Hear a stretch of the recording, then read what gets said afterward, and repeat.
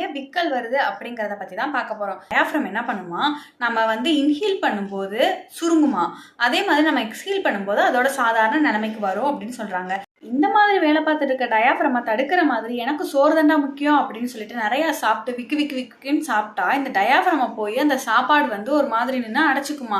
அப்போ வந்து இந்த டயாஃப்ரமுக்கு டிஸ்கம்ஃபர்ட் ஆகி அதோட எக்ஸஸ் ஏரை வந்து என்ன பண்ணுறதுன்னு தெரியாமல் அந்த இடத்துல போட்டு அமுக்கிறதால தான் நமக்கு விக்கல் வருது அப்படின்னு சொல்கிறாங்க. இந்த விக்கல் இதனால மட்டும் வர்றது கிடையாது, இன்னும் வேறு சில காரணங்கள் இருக்குதான். அதெல்லாம் என்னன்னா,